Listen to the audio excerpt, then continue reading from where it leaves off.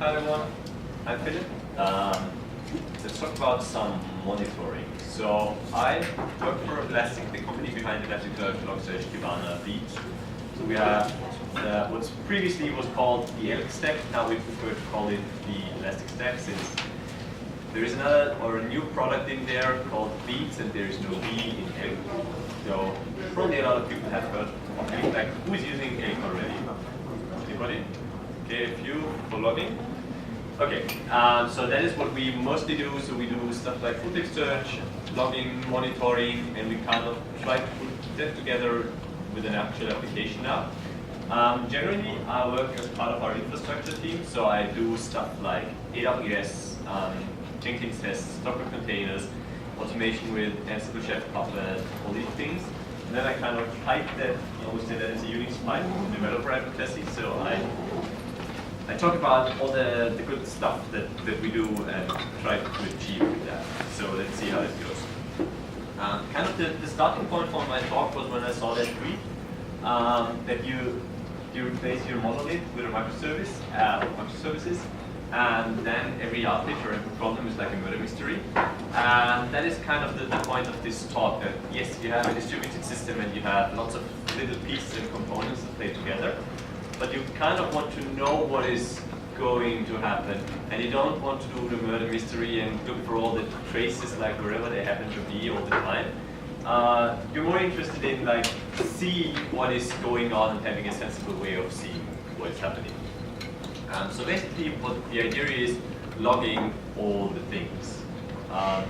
So we'll do some good stuff, we'll do some bad stuff, and we'll just try to go on different areas. So we will go from system monitoring to network traffic to pinging of the service to metrics the service exposes. We'll try to get all of the information, store it centrally, and then see what is going on. Yeah, we have 2 more seats up front if it's too small to see back there. So, general question, how do you log and monitor right now? Who is using SH and tail and top or something like that? You can admit it, it's okay. We're trying to work on that. It's about improvement. Who is using something centralized already for logging? Okay, what are you using? Okay, Elk with Kibana. Did anybody see Splunk? No? Oh, sorry. Because that's normally what, if you have too much money, yeah, you can use Splunk as well. It's just, I've heard it's a nice tool, I don't know, it's just very expensive. Yeah, so what I will show you is all free and open source, so you can just try it out yourself. I have a mini demo application that I'll just show you. You can check out the code, it's a bit work in progress. I have a working copy here, and we'll actually do everything live. So I hope the internet is working, since everything will be in the cloud, and I'm actually needing your help to generate requests then. So you will actually do some calls against my, I would not even call it microservice because it's a very dumb app, but you will just do some calls against the application, and we'll try to monitor that and see what is going on. But yeah, the code is online. I will share the slides afterwards so you have everything to reproduce it later on. So we want to build an application which is very dumb. It's not doing anything fancy. I'm basically using Spring Boot. Somebody pinged me before the talk and asked like, how much Spring Boot will it be? And generally not much. It's basically facilitating the talk, so it's kind of just, I use it because I'm lazy and Spring Boot does everything for me. But you don't really have to, like it doesn't really matter, it's more about the concept, and all the stuff I have is just pretty nicely integrated in Spring Boot, but whatever you want to do, if you're doing PHP or whatever, most of the concepts still apply. You might need some other plugins to get the information the way you want to have it or need to have it. But other than that, the concepts are the same, and the logging and monitoring part we focus on, that is still exactly the same for you. So I follow the KISS approach, and I always say that's the stupidly simple one. So I'm not doing anything around microservices. So if you want to learn more about microservices like load balancing, security, the automatic discovery, whatever, we're not going to cover that because maybe it would distract from the logging and monitoring part. We'll just stick to the logging and monitoring. So I will more or less follow that approach. So I will just give all my APIs very short names, and that's what makes them microservices. Basically, I do a few, maybe they're not even REST calls. I do some HTTP calls and we monitor those. So who does Java in general, just to get the idea? Okay, that's a few. Anybody using Spring Boot? Okay, that's a few. So historically, one of the problems of the Java ecosystem was that you have lots of options.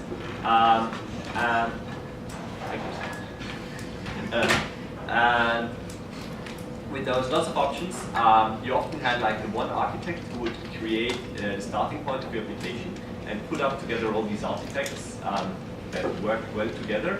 And it was more or less a black art. And yeah, you could spend a week on just setting your project up, all the right dependencies, all the right combinations and integrations. And Spring Boot is kind of taking the opposite approach. It's kind of like a curated set of things they know that work well together. It follows a bit the conventional configuration approach. Come in, grab a chair. And you don't have to do much. So basically, you have one URL is start.spring.io. And you say, what do you want? I want a web project, I need security, I need, I don't know, JPA, whatever. And then you say generate project, and it's giving you all the dependencies together and everything you need. So basically, I generated a base project, and then I added 20 lines of code or so for the entire application. Since I'm lazy, but being lazy is actually a feature. So what we'll then do is we'll just package the application, we will deploy it and then run it in the cloud. So I'm using Gradle, but it doesn't really matter. In the end, what I get is a jar file, and to run it, I just do Java jar to run it afterwards. So it's all very simple. We don't need anything complicated, no application service, nothing. It's just one Java file. So you basically need a JDK, and that's it to run it. And of course, we will run it in the cloud since, yeah. Just doing it offline would not be dangerous enough. I hope the Wi-Fi is good enough. We will see. So what I will use is I'm using Lightsail. Anybody heard of Lightsail? It's kind of the cheap service Amazon provides. It's a bit like DigitalOcean or anything like that. So I think the base version you get half a gig of memory and it costs $5 a month. And yeah, it's kind of there. I have an account, so it's very easy to use. No, it doesn't really matter for you. I use Terraform to actually configure the environment. So I have basically a runbook. I just say, okay, create me my 3 instances, set up the right DNS names, since having an IP address is always a bit cumbersome. And then I use Ansible to actually configure my instances. So basically, I install all the bits and pieces I need to have there to run it. And I also use Ansible just to deploy my applications, which is basically upload a Java. All very, very simple. If you're interested in anything of that, and we'll also see like how we're doing time-wise, I can give you kind of a quick overview of how that works together, but I would say we start with the general monitoring approach, and if we have time at the end, since we have seconds time slot afterwards as well, we can dive into that or see what is interesting too. We need to store all of the data somewhere. You can either run your Elasticsearch instance, which is storing the data yourself. We also provide a hosted service, which is called Elasticsearch or Elastic Cloud. And for convenience, I will just use that. So you get an instance, you just throw your data there. You have Kibana there as well, so you can visualize everything and see what is going on. If you want to run that yourself, you can totally do that. We have Docker containers. Since everybody needs to do Docker nowadays, you can totally do that in Docker. For the interactivity, I will just run everything in the cloud. Okay, those who are not familiar, that is the Elastic Stack. Previously, the End Stack was Elasticsearch, Logstash, Kibana. So Elasticsearch is kind of the oldest product. That is where you store your data and where you can query it out. Kibana is where you can see what is going on. It's kind of your window into your data. We will use that to see what is actually happening. And Logstash can get data from lots of sources, do some parsing and enrichment. Enrichment would be I have an IP address and I want to get the geolocation of that IP address. So if I want to know all the visitors who came from Romania over the last week, doing that at runtime, if I just have IP addresses, would be very expensive and take a long time. So you normally do that in ingestion time. So whenever you store a data set and you have the IP address, you just do that geolookup. You see, okay, that IP address most likely came from that country, region, city, depending on the granularity of the data, and store that with the original data. So that was, yeah, we added beats now as well. The problem with Logstash was it's very versatile. You have 200 plugins. It's not going away. Like you can use it for lots of use cases. But originally it was Ruby, and now it's JRuby, so you always need the JVM. Which is okay, since our example uses a Java project anyway, and you need the JVM for that anyway. But if you're not doing Java, Ruby, Python, .NET, Go, whatever your project programming language is, installing the JVM just for logging was not very popular, especially with the sysadmins. So we have written the beats, those are written in Go.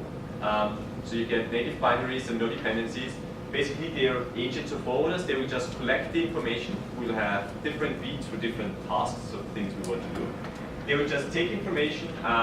In my demo, I don't need Logstash. I will just take the beats, have information forwarded to Elasticsearch, and then we can display it, right, in Kibana. So let's start with some monitoring. I'll just SSH quickly into my box.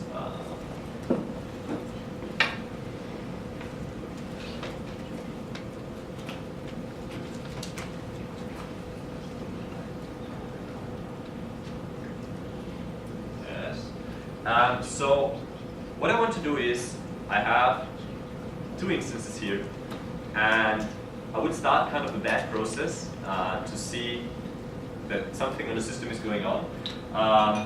Let's start off actually with looking at our systems. So for those who don't know Kibana, make it a little smaller. I hope you can still see it. That is Kibana. That is kind of the window into your data. So we have some data stored in Elasticsearch. We use Kibana to actually visualize what is going on. We have Discover to see the raw data, Visualize to build a visualization of one particular metric or kind of data you have. And in dashboards, you can put together multiple visualizations. And I will start very simple. Again, I'm lazy. I didn't build anything myself. I just imported stuff. But the nice thing is, you can do that very easily yourself. So we have pre-built visualizations and dashboards, and I will just use one of these pre-built dashboards. So there is one to monitor the processes, and the beat that's basically doing that is called metric beat. It used to be called top beat because it was very much like the Linux top command. So you saw processes, CPU usage, memory usage, all of these informations. We added some monitoring of applications like Nginx, Apache, MySQL, Postgres, Mongo. Kubernetes will come soon, Docker is in there. So you can monitor processes. That wasn't really part of what Top was doing, so we renamed the entire thing to metric beat. So metric beat is basically there to get metrics from the system or your application. Opening the view, just getting some data out here, and it's showing me I have two instances which have these IP addresses. These are internal ones, it doesn't really matter. We have these, we have these two instances. They run a number of processes, and you can see the CPU usage, that is the first system and the second system, and we have some memory usage of these systems, and you can see one is using like 15% of its memory, and the other one 15 as well. I'll make it a little smaller so that we can basically see the entire view.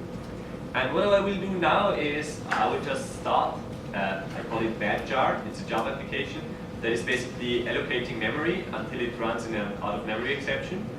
Some might say that is kind of the typical Java application. And we kind of want to see where this is happening. And if you just use top, you always only see kind of what is currently going on, and the process is dying pretty quickly. So you kind of lose that information very soon. But with those visualizations, you should be able to see those. So what we will do is, so I'm showing the last 15 minutes right now. What we also want to do is we can enable auto refresh. So I want that screen to reload with the current data every 5 seconds. So right now, not much is going on. I will start my Java process. So I give it a bit more memory, 512 megs, and I want to start a jar, and it's called net. And it's not doing much. It's like just sitting there and allocating memory basically. So it's infinite loop. It has this, I don't know, it has a 500 millisecond timeout, and every time it tries to allocate memory, it's taking up more memory. So let's switch back here, and if everything goes correctly, you can see suddenly something is going on here. Like you have this, like here we have 50% of memory usage, here we have 50%, and suddenly we have this spiky thing. And then you can see, oh, it's Java. Yeah, it's basically normal. Maybe this is what you expect, that it's just like the proof of what you were expecting when you can see, oh, this is growing very badly. Like we're already taking up like 33% of our memory, and I think it will run for like 3 or 4 more refreshes.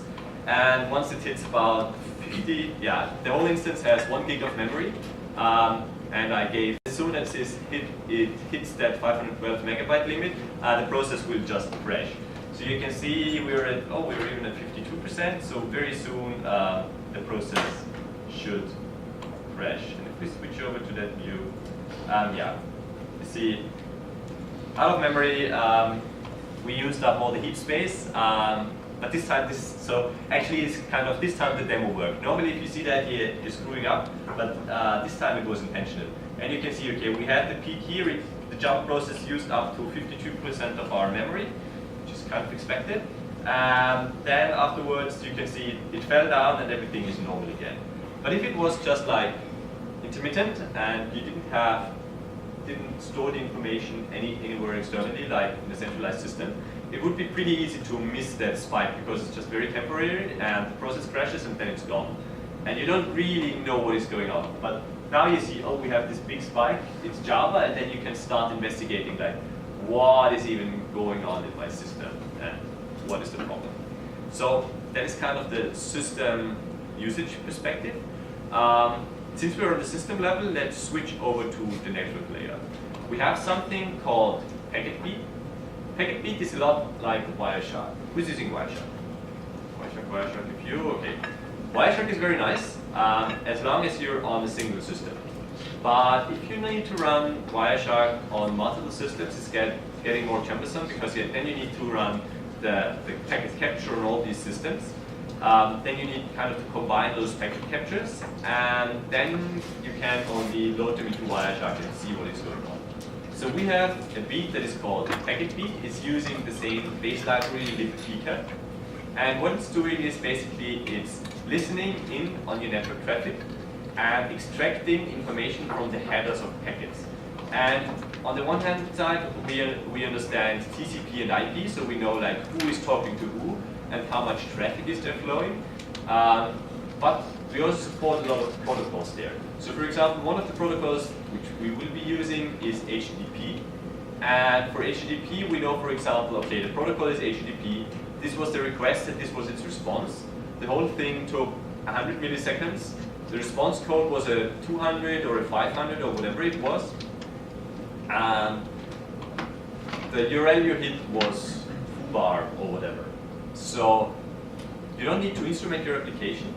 We can just use that to see what is going on. And I will quickly start my Java process. I just started once, so I'll start another process already. So I'll start 2 Java processes.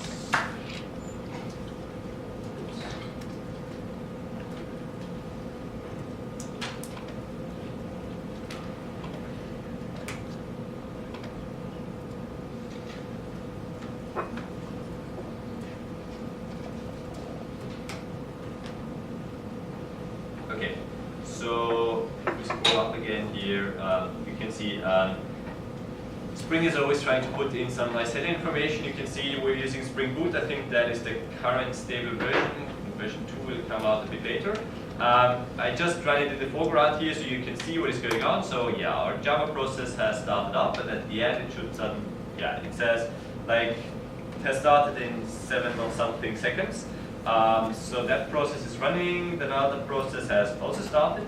So I have 2 processes running here. And now we can actually start hitting that application.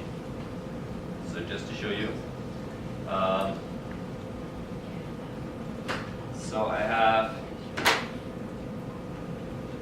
the URL that is pointing to my system. I don't have anything on the root node, so that it is giving you a 404. That is expected as well. So that is working. And then I can run or hit both good, which will just tell you okay, or bad. And bad, actually, this one gives you a 500 in the background. So again, this is very stupid. I just explicitly throw a runtime exception here. But the point is just, now I have generated a 404, a 500, and a 200. And I would like to see how that happened. So for that, we can switch over to T.A.K.E. And we are looking for HTTP. I can spell it. And you can see, yeah, we did, or I did 3 calls right now. I'm pausing auto refresh for a second. So you see, okay, here, these are the requests over time. We had 3 requests in total over the last 15 minutes. We hit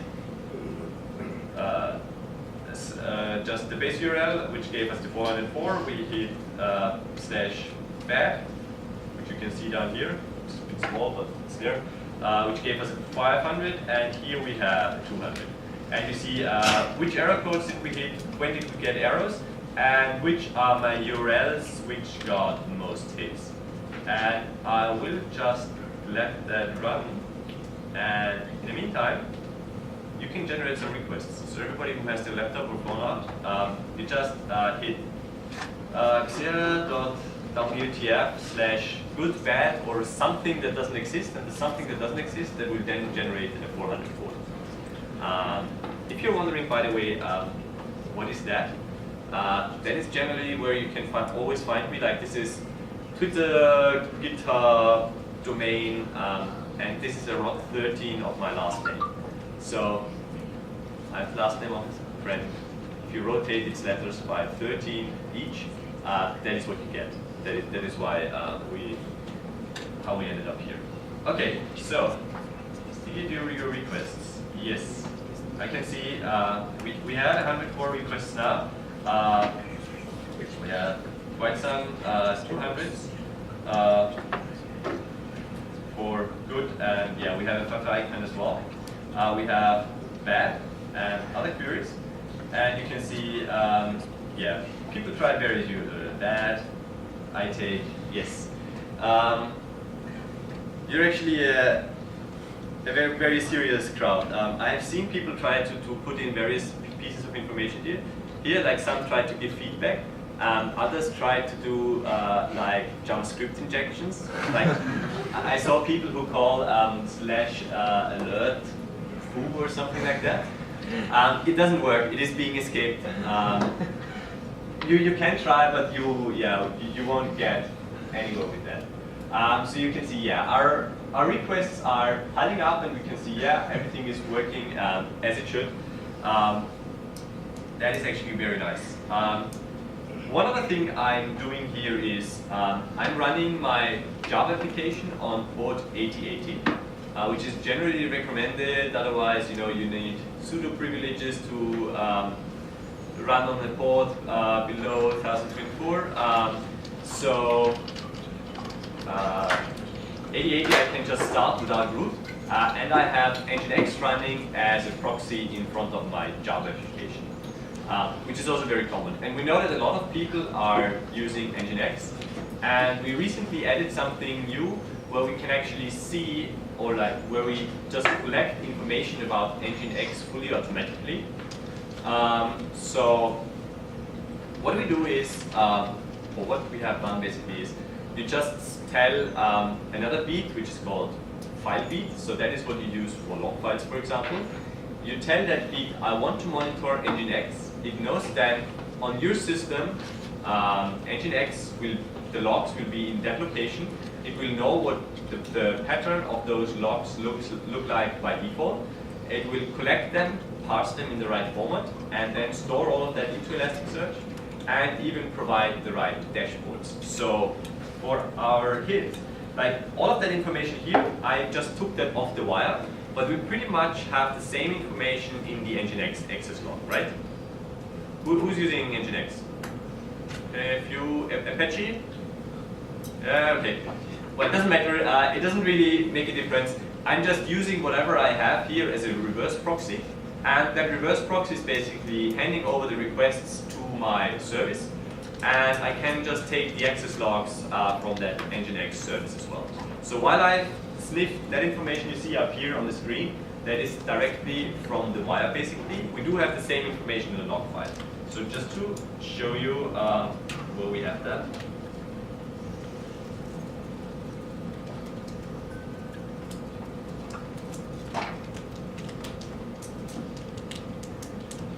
And I hope I find it.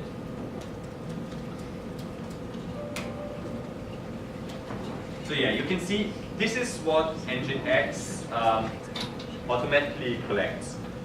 So the first thing here that looks pretty much like an IP address, I don't know what could be in here, but then you see we have a timestamp, we have a get, we see, okay, somebody hit the 404 with that protocol, that was the user agent, so we have all of that information stored here.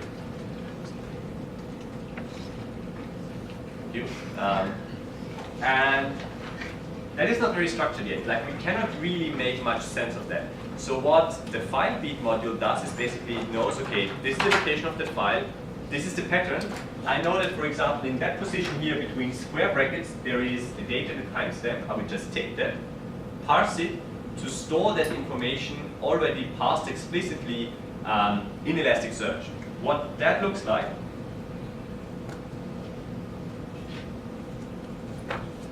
we'll go over to file beat. And I will pause it for a second so it starts jumping around. You can see this is actually all of that information, but it's already nicely parsed out.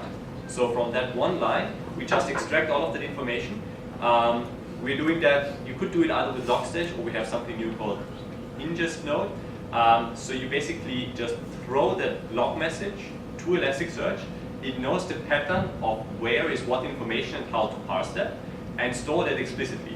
And what you can then do is, we can head over to the dashboard, since we have built that for Nginx already.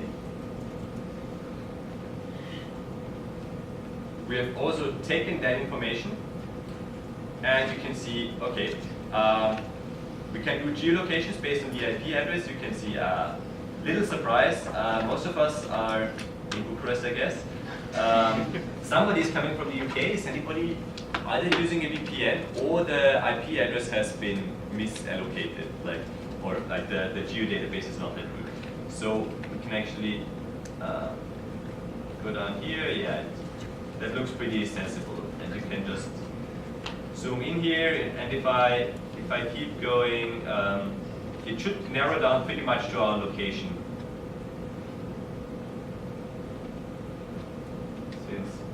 Everybody who is in the hotel's Wi-Fi, I guess their IP address is correctly allocated. I think we're getting pretty close, right? Is this where we should be? No? No. That is unfortunate. Then my geodatabase is not that great, but yeah, that can also happen. You can see access over time, like how many requests did you have, and what is the distribution between different services. There were no Nginx errors itself, so Nginx was working the way we expected it to do. You see the URLs we hit, and we can also see the browser distribution. So we can see, okay, Samsung seems to be popular, Chrome as well, and then we have the split down into different versions. So for Samsung, for example, the version 4, whatever the browser version is, We have that, but we also have 5. So some people seem to have newer devices. And we can also see the distribution of devices, and yeah, most of you access that from mobile phones. So we have extracted all of that information just from the log files, but I didn't really do any work. Just to give you an idea of how I got there. Basically, what I did is I need to use sudo because since there is a password in that file, it's only readable by root. So this is one configuration of a beat, super simple. So what I'm telling is, it is, after the break, we'll look into the logs of our Java application, since we collected those as well, since we had the 500s, and we probably want to know what the 500s are. So my Java application is logging out something, and I'm collecting that. And here, just to get that system information from, the information from Nginx, that was all I have added. It's basically, you just say, I want to have this module, Nginx. It will register everything it needs in the background and even add the dashboard, and then you can just see, okay, these are my users, these are the geolocations, so that is very convenient to get started. And in the output, I basically tell it, store that into Elasticsearch, don't steal my credentials, but I will reset the instance afterwards anyway. And we are doing the same thing for system informations. So just to show you, these are all things that FileBeat supports right now. So we can see SSH login attempts. Did anybody try to log in by SSH? No, obviously not. But it's always nice. Depending on the audience, people try to play around with this stuff and then they just try to SSH into your instances. And this is another dashboard that is being created for you automatically. So you can see there were no bad requests. So if anybody has their laptop up, and you can just try Ubuntu at frontend.xetcea.wtf, then we would have another bad login here. And you can see we were just using public keys, no passphrases, no fails. But this is generally valuable information to see, like, did anybody try to log into your instances? Or for example, we can just see what syslog has logged out. So how many syslog requests you had, and you can see, okay, we were mainly using DHCP clients. Okay, so coming back to the application, we had that arrow, we had a 500. But you didn't really see what is going on. Since it's a white label arrow page, which is kind of a good thing, you probably don't want to show your users what actually went wrong. And if you have lots of servers, you still need to kind of get the general look or feel for what is going wrong. So let's dive into the logs, since we have the logs stored centrally. So for that, I'm switching over to FileBeat. I'll make this slightly larger. So you can see here in FileBeat we have, over the last 30 minutes, we have 37 logs. Actually, I should call it a few more times to have that request actually in there. Okay, and now we can filter down on that information. So for example, we have log, which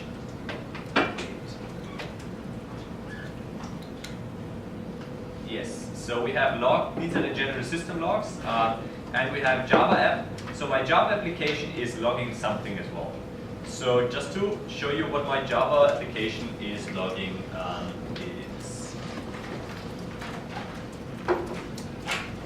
I think it's apps frontend.json. So what I did is, there we actually already see a stack trace.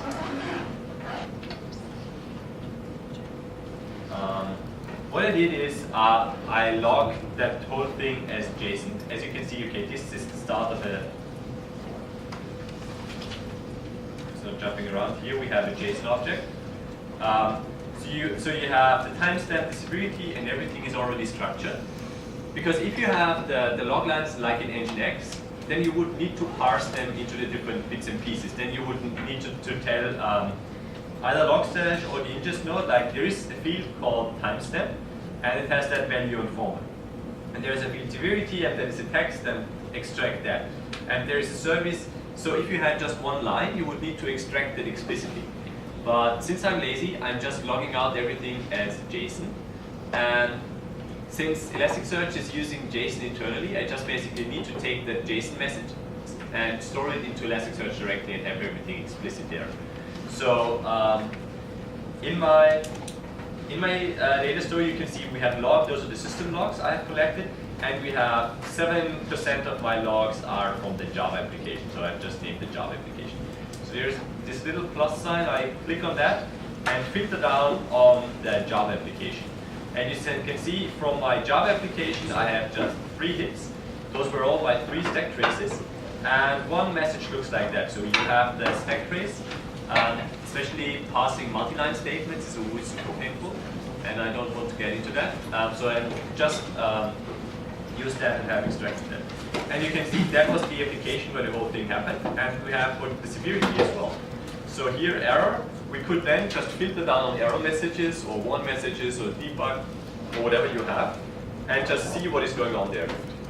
You could also add more information, like if you have IP addresses of the clients or usernames of the clients if you authenticate, you could add that here. So if you, for example, have usernames in there, and some user tells you, oh, I'm having some trouble, like I get error messages, you could just search for that username then and see what errors he has run into. In my example, I don't have any authentication, but you can see, for example, that the message I just threw a runtime exception, and it said, my bad, something went wrong. So that is what my exception says. So here you can also then just do a free search. So if you just happen to know, so you're looking for something specific, or you just have, I don't know, whatever idea of what could go wrong, you could just searching around here and see everything you want to see. And as you can see, I have just limited down to that type of application, and we only had 3 messages there. Good. So we saw what can go wrong here. Another thing you might be interested in is availability of your service. Since we have our cloud service, we are ourselves very interested in the availability of stuff, and we have written our own tool for that. It's called Heartbeat, and it basically pings a service frequently, and it will not only record the service is up or down, but it will also record the response time. And the response time is then split up into how long did it take to establish the TCP connection, HTTP, and if you have it, HTTPS. So if you have SSL encryption, to show you how long did all of these steps take. I have not run that service yet because it would totally pollute our logs. But let me quickly log into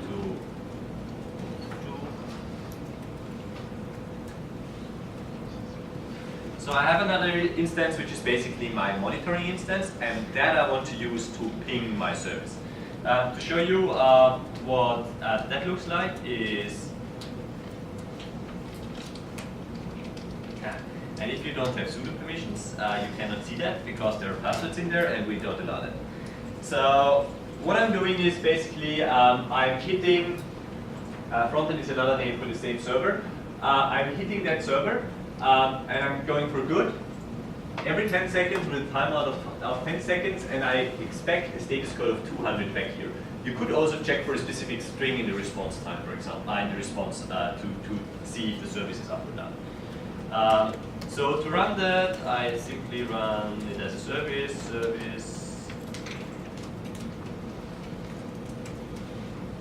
It will now start pinging my service every 10 seconds. And of course, we provided visualizations for that. Didn't want to build that myself.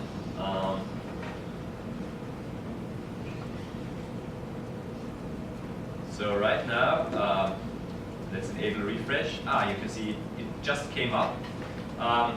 You see, okay, we just had our very first request.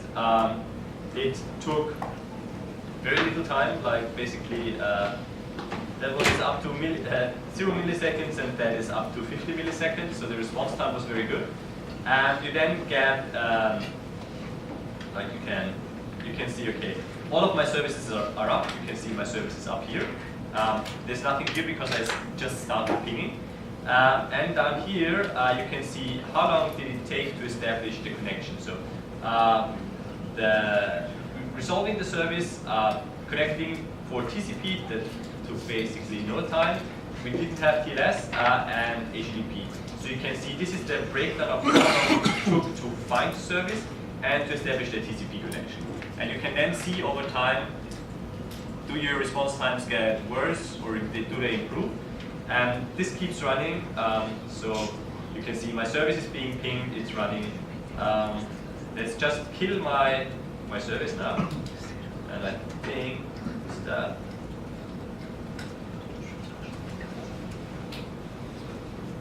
Yes, that should be the right service. I've killed it, and if we switch back here, it will refresh once or twice now, and then you should immediately see that the service went down, if everything went right. Hopefully, and if I killed the right service. Did I kill the right service? Let's see. No, of course I killed the wrong one. Well, if you don't kill the right service, it stays up. It will probably need 1 or 2 refreshes until you see it, but then this should become red, and this down here should also, become red. And we'll take 2 more refreshes, and then it will just show you 100% of my status checks are actually down, because no services that I have are up and reachable.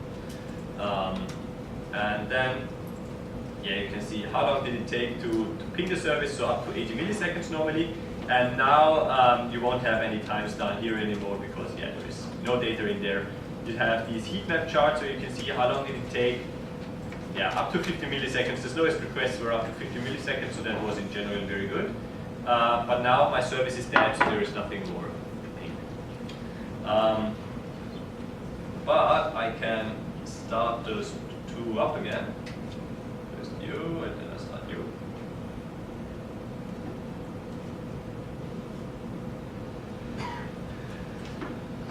And when we go back here, the service takes something like 15 seconds to start up, and then we ping every 10 seconds. So after half a minute or so, this should get green again. Let's see. Let's hope it's working as expected. It's always the fun with live demos. And I hope nobody is starting like a denial of service attack in the meantime on my service. So that it stays down because of that. You can see now, we got something that should switch to green in a second as well. So right now it still assumes it's partly down, but that should switch to green in a second. But here you can see now again 100% of my services are up and everything is green and good again. Okay, what else can we do? I will stop the request we're not really interested in. Another very interesting thing about Spring Boot is it is exposing metrics itself. You don't need to code them. Either your application framework can do that for you, or you can expose metrics yourself. So if I just to show you what this provides is I go to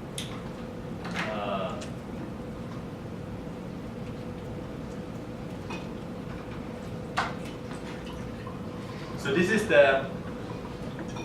my Spring Boot application exposes 2 endpoints I'm collecting. The first one is health. So you can see, okay, I have reached something there. It's telling me the status is up, the disk space is okay, how much disk space is it using. So all is good here. So we probably want to collect that automatically as well. The second endpoint that is being exposed by my service is called metrics. This has a bit more information. That contains stuff like, do you have a database, do you have a cache, what is your general error or OK rate for responses, how are your garbage collections looking like. So it doesn't really matter, I don't really care for the content so much, but it's just like it is exposing some kind of information on a JSON endpoint. And if you have a distributed system, you probably want to do something similar, that you just show like, or that your application can expose some internals, which you can very easily collect. By now we also support JMX, but that is very Java specific, so I'm just focusing on the HTTP endpoint. So what can we do with that? Actually, there is another beat. This time, the beat right now is still provided by the community, but we get into Elasticsearch, or actually metric beat soon. It's called HTTP beat. It can basically ping any network endpoint and collect the information and store that in Elasticsearch. So that looks like this.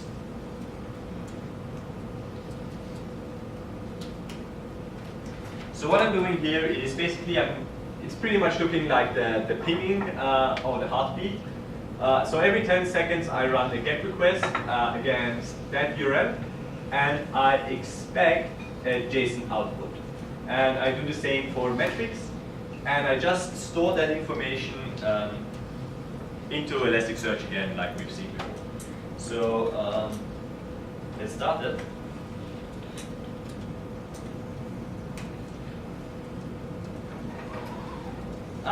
There are no pre-built dashboards for that yet. I guess as soon as it's part of metric beat, we will also provide the dashboards. Elasticsearch or Elasticstack version 6 will come out later this year. So later this year you will also get a nice visualization for that. But right now I will just show you the information that is in there. So we will switch to the HTTP beat, and over the last 30 minutes we had 4 hits.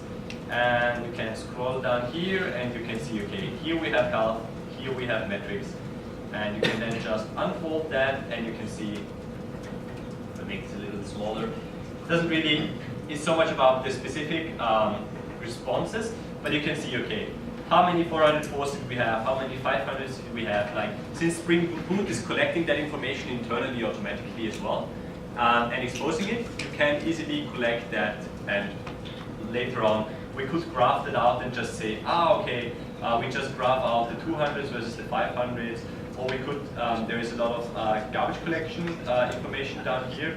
So how much memory is your application using, how much memory is free?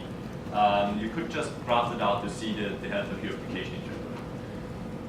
But it doesn't really have to be something like that. Whatever metrics your application wants to expose, you can just offer an endpoint that provides JSON, and then you can collect it and graph it out over time. So that is also very simple. And the last thing we want to do is, especially if you have a distributed system, it is often hard to know what is slow.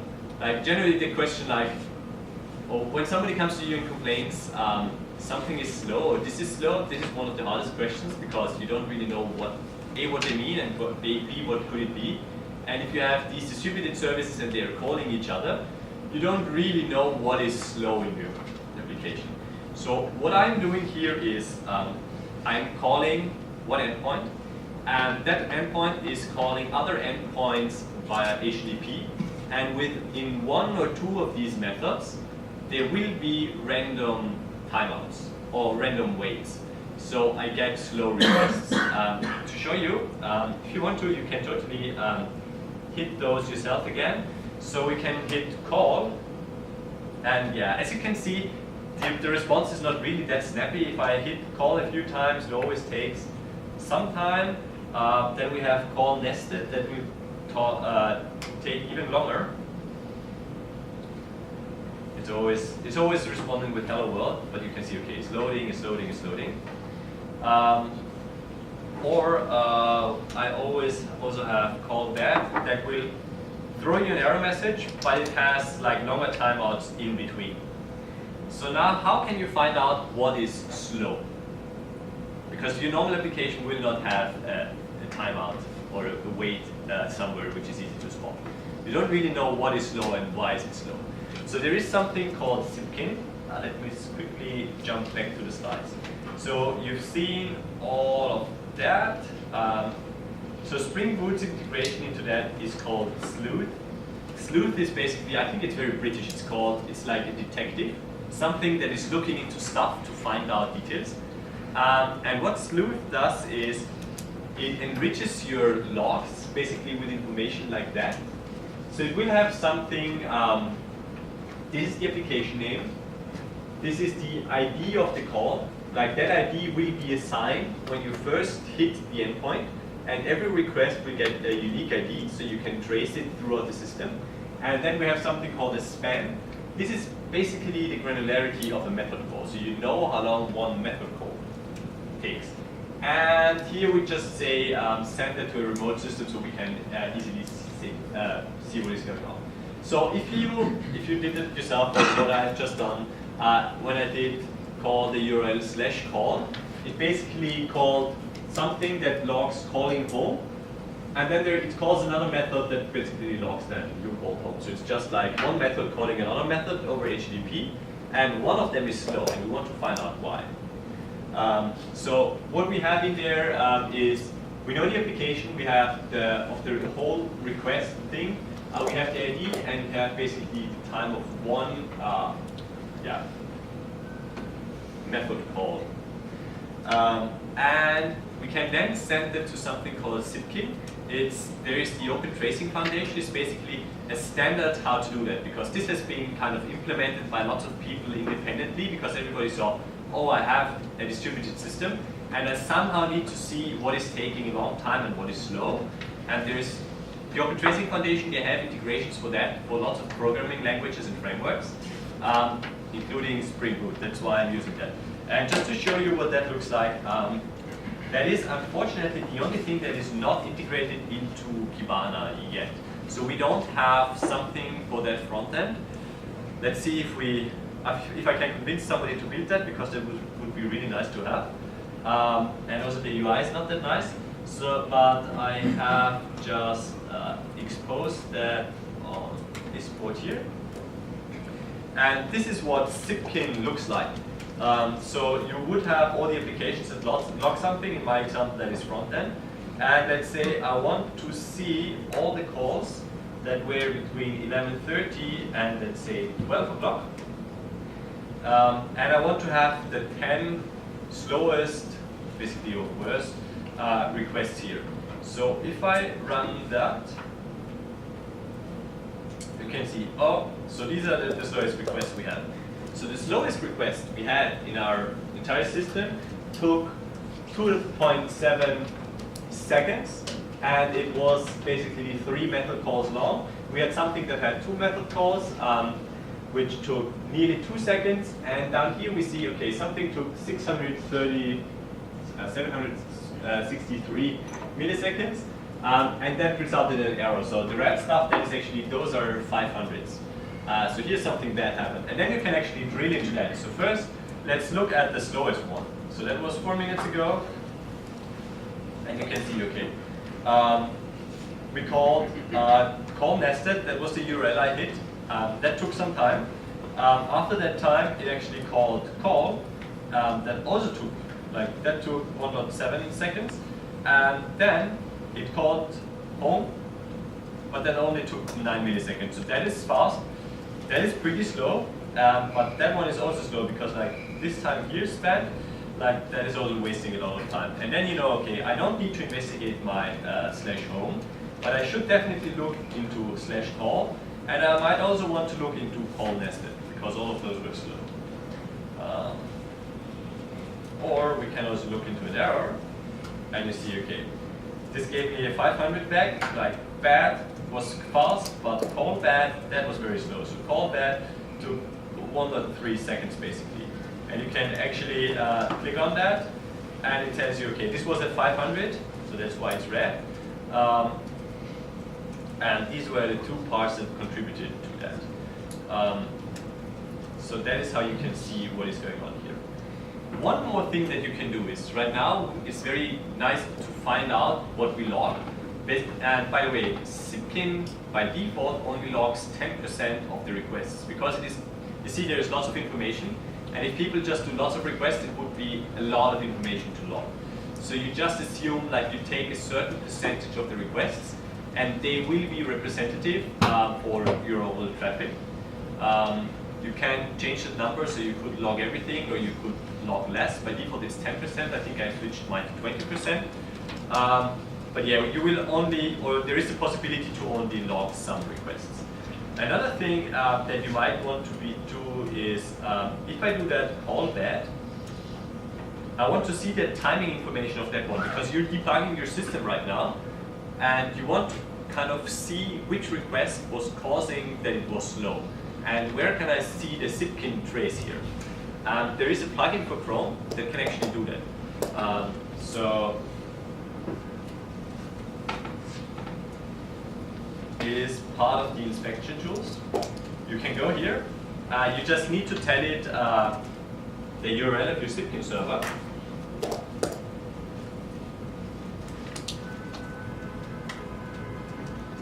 And if it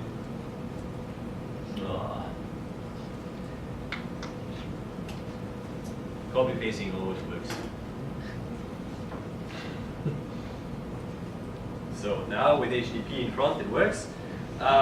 So we have the server registered now. So what this does is, since the request will get the ID, and the ID is also sent back with your request, it can show you all the calls you're initiating here, and you can then be forwarded to that specific call. So if I call bad here, it tells me, okay, this basically called one call against my application. It called call bad, and this was the trace ID. And you can even link on that trace ID and click on that trace ID, and it will take you directly to the details of that one call. So that is very convenient to debug. If you know something is slow and you play around and you find something that is slow or not working as expected, if you have that enabled, you can simply jump into the information that is doing. And something I didn't tell you yet is Zipkin supports multiple backends. So by default, everything will be in memory you do, and everything is lost once you start the Zipkin server. But it could also use Elasticsearch, I think Cassandra and MySQL as well. But Zipkin can also store its information in Elasticsearch. So you then have all of the stuff I have shown you, you have in Zipkin, in Elasticsearch as stored. So we have seen that. Okay, stuff we need to do, or I'm missing. I think we just added that in 5.4, but in a different way than I was expecting. But something I would really love to have are annotations. So if you deploy your application on your graphs, you can actually note we have deployed a new version of the application, and then suddenly you see an increase of the 500s or 404s or something like that, and you know, okay, it was that deployment, and that was a bad one. We're about to get that, so in your graphs, you don't only see like what is going on, but you can also have this additional information like, here we did that, or you annotate we had a maintenance window, or whatever you did, and then you can add annotations to the raw information to see what is going on. Another thing which we don't have, unfortunately, yet is our cloud doesn't have an API. So I create my entire environment in an automated fashion. The only thing I need to create manually right now is our own cloud instance. As soon as we have an API, we will integrate that into Terraform, and then everything will be automated. I hope that we will get that within 3 months or so. Something that people often want are rollups, where you are interested in very fine-grained information today, like we're pinging every 10 seconds. But after 3 days, for example, you only are more interested in more coarse-grained information. Like, then you're only interested in 1-minute intervals or in half-hour intervals or something like that, also to store save disk space. We will try to implement that for the next major version. I'm not sure when it will come exactly, but these kind of roll-ups, they're also, we're thinking about them, they're in the works, they will come in the future as well. Yeah, plugin to have the Zipkin information in Kibana directly, that would also be very cool. Let's see if we get there. Yeah, and if you're missing anything, we're always interested in feedback. So if you say, I have this very cool use case, but you don't seem to support that, tell me afterwards what you're missing. So yeah, stuff we have seen. Yeah, it was all running in the cloud. We monitored the whole thing on the system level, like top plus the network packets. We looked into the application logs and the Nginx logs as well. But we saw, for example, what was the error message, what caused, or what was the stack trace of my 500 error. We monitored the uptime of our application. The application was exposing a JSON endpoint, and we collected that, and then you could graph it out over time. And we looked into request tracing to see what is actually slow and what is taking lots of time. So, any questions? Wait, before we do that, I always take a picture. So I can show my colleagues that we have, or I have been working today. Smile, everybody. Very good. So I think we got 1 minute left. Any questions? Yes. I have two quick questions. One is metric holding and as a historical data-wise. Can we able to apply the functions on Kibana, such as on Graphite? For example, I have 500 machines and I want to see which one has generated maximum exceptions and such, as like highest current, lowest current, or comparing with 1 day before or 1 week before. Yeah, so we have something called timeline that is for time series data. I didn't really jump into that. It has its own syntax that is probably too much for today, but we have something called timeline here. And here you have functions on the data you have, and you can start building that. That is exactly going into that direction. And we also have very new, like we released last week, we have a new visualization tool, which is also much more powerful. Let me just quickly go there. It's called Visual Builder. It has a lot of options, that's why I skipped it today, but yeah, here you can go for metrics, top end, something like that. So it is there. It's just too much for an hour today. The second small question is, does Zipkin has alert mechanism or threshold? Mechanism? The Zipkin, Elect? does it have an alerting mechanism No, based on a URL or based on a response time? No, but what you can do is, since if you store the data in Elasticsearch itself, and you have the raw data there, you can do alerting from Elasticsearch. Only a small caveat, alerting is one of our commercial features. So if you're using our cloud, it's available for free there. So yeah, we need to make money somehow. We have a few commercial plugins and support, but the commercial plugins are all available on cloud.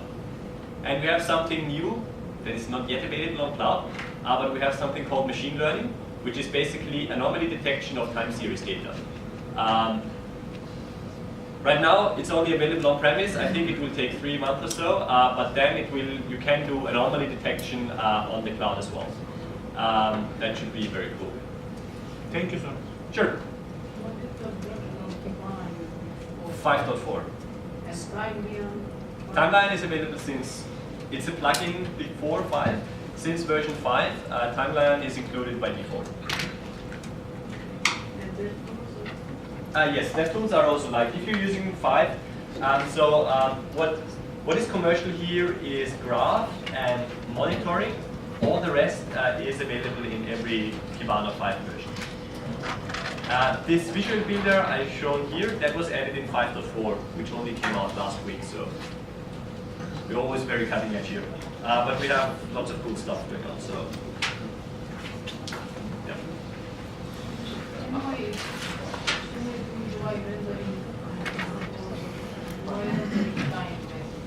I mean, I want to know from all those codes that are important to this row, are there gaps in the UI rendering, the DOM rendering, each of the codes? The problem is Zipkin is only for the backend. Like Zipkin, like the only thing you can do basically is if you use Heartbeat and ping your service, that's pretty much end to end. Though it doesn't do browser rendering. So if your JavaScript is slow and the browser rendering is slow, we don't do that right now. So we don't have a fake browser to do the actual rendering. You will need to use an external and some other tool. Either customization or you need another tool, but you might be able to use another tool and store the result in Elasticsearch, and then you still have everything in one place, because that is kind of the win we try to achieve, is to have all the information in one place and then find all the bad stuff from one source. So you can use basically whatever external tool you want, as long as you get the result into Elasticsearch. That's all fine. I think my time is up. I'll be around for the rest of the day and tomorrow, so if you have any questions, just grab me. And we have lots of stickers there. And I was told you should not forget to vote. I think there are some QR codes on the outside of the door.